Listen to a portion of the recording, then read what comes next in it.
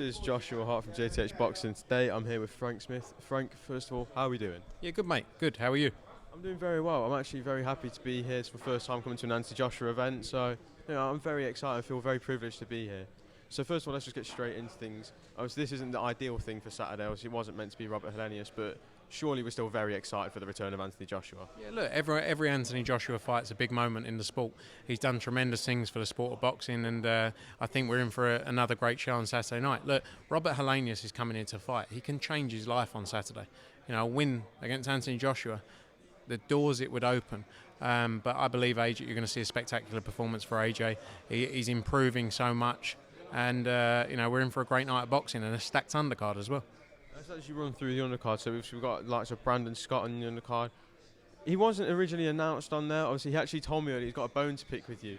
He messaged you asking if he could be on the undercard, and you said no, and then he got put on the undercard. What was all that about originally? We had another fight on that then subsequently came off, so we decided to have Brandon. He's a great character and great to have him on the show. So yeah, Brandon's on. You got Maisie Roses on the card, George Liddard as well, Campbell Hatton. It's great for those guys to have the opportunity on such a big show, to showcase their talent. You've got Derek Chisora, the fan favourite, against Gerald Washington. I think it's a great fight. You got Filip Hrgovic against Dempsey McKean, which is literally Filip Hrgovic, mandatory for the IBF World title, could have waited but wanted a real fight against Dempsey McKean. You got Johnny Fisher in his first title fight against Harry Armstrong, and that's a tough fight as well. And then obviously the main event, Anthony Joshua against Robert Helenius. So stacked card top to bottom, and excited for it. Obviously, we already know where AJ is going to go next. If he comes through on Saturday, will the fight with Wilder be signed, sealed and delivered, completely for him? I hope so. There's work to be done, but that is 100% everyone's intention and what we're working towards, and hopefully we can get that done soon. Obviously, there have been talks of December, but possibly pushing it back to January, February. Can you give us any update on when that will take place? Yes, like you said, the right range there. Still, like I say, work to be done. It's not quite there yet, but that's the right sort of range we're looking at. I want to move away from this and talk about some of the other shows you've announced. So first of all, Wood Warrington. What other fights could we see on the undercard? Obviously, I've been told that Junaid Boston will be on there. Obviously, Terry Harper. Could you name anyone else that will feature on that undercard? Yeah, Terry Harper's fight against Brackhouse has been announced. We're announcing the rest of the undercard tomorrow. It's a stacked card. I'm not going to give it away because I'm not like Eddie. You'll see it tomorrow on our social media, but some of the names you mentioned there will be on it too. When could we see any other undercard announcements? Obviously, you've got Taylor versus Cameron, Casserole, Linares. When could we see undercard announcements for them? Very soon. We're working through. We've got a load of shows out over the last few weeks. We've got a load more shows. We're working towards getting out ahead of this weekend as well. So you're going to see some more show announcements and undercard announcements soon. One of the ones that's been possibly leaked is Sonny Edwards Bam Rodriguez, supposedly December 16th in Arizona. Could you confirm or deny that? Possibly. It's a date we're looking at and it's close. How excited are we for that fight? Obviously, Sonny Edwards is someone who's come to the match and he's brought a bit of light to it. He's a good character, great personality, and an even better fighter. Just how excited are we to deliver him that opportunity? Yeah, 100%. Look, Sonny Edwards wanted the big fights. That's why he joined us. Glad we got it over the line. Jesse always wanted to fight big fights as well. He obviously had his injury after his last fight, so we had to make sure it took a bit longer than maybe we would have liked, but we got there, and it's a tremendous fight for the sport of boxing. I don't want to completely overlook it as it is a very big fight, but with the win for Sonny Edwards, could we see him come back to the UK and defend that belt, maybe go for even more unifications, but maybe in the UK? Yeah, look, we obviously promote both Sonny Edwards and Jesse. We think it's a very close fight, and 100%, if he can go in there and get the win, there's big fights to be made for him. Now I want to turn back to this card. Obviously, originally the original opponent was Dillian White. Obviously, I'm sure you've probably been asked this question, but when you first got told that Dillian White had tested positive, what was going through your mind?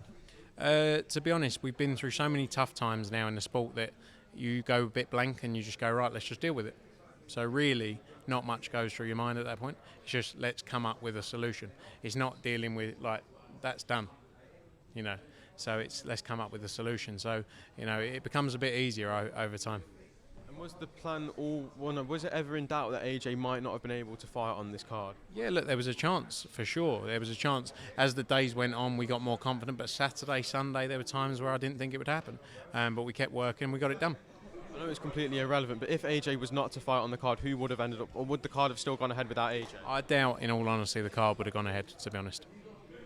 Okay, so moving forward now, what was it that obviously chose Robert Helenius for? Obviously there was other names thrown about, obviously like Derek Chisora, Gerald Washington, Andy Ruiz threw his name in that, but I'm sure he probably didn't want to take the risk of bringing Andy Ruiz in on short notice after what happened last time. What was it what stood out about Robert Helenius that you decided to bring him in? Because he's a top heavyweight. He's in the top 20, I think, or 25 heavyweights. He fought last week. He's been in camp. He's been training hard. He would have got some of the ring rust off. And look, he's going to come to fight. He's going to come and bring a fight because this is a huge opportunity for him. So it's not an ideal situation. We're not standing there going, this is obviously we would have done the Dillian Whyte fight if we could, but we couldn't. So the focus was to ensure we delivered a fight for Anthony Joshua, and I think Helenius at this point is a perfect opponent. It's a very different style that AJ was preparing for. He was preparing for Dillian Whyte. He's a bit smaller, a bit stocky. He'll come inside to fight. Now he's against a very big 6'9", a man who's bigger than him. Do you reckon that will be a problem for him, or do you reckon AJ's used to these types of scenarios? Obviously, he sparred Helenius several times. Do you reckon this won't be a factor on Saturday night when he steps in the ring? I mean, look, you've obviously been sparring and training for one thing. It obviously does make a difference, but at the same time, he's a professional, Anthony, and he's going to be ready to go. And he wanted this fight as well against Robert Helenius. He accepted the fight, and I think he's very confident. And for Johnny Fisher, where does he go after this? Obviously, I don't want to overlook this on Saturday because this is the biggest fight of his career. But if he wins, will he look to defend that Southern Area belt, or would you like to push him on to fight for English, British, that kind of level? I think in time, yeah. We have to see how he gets through Saturday night. Like I say, it's a hard fight, so we have to make sure we build him at the right stage.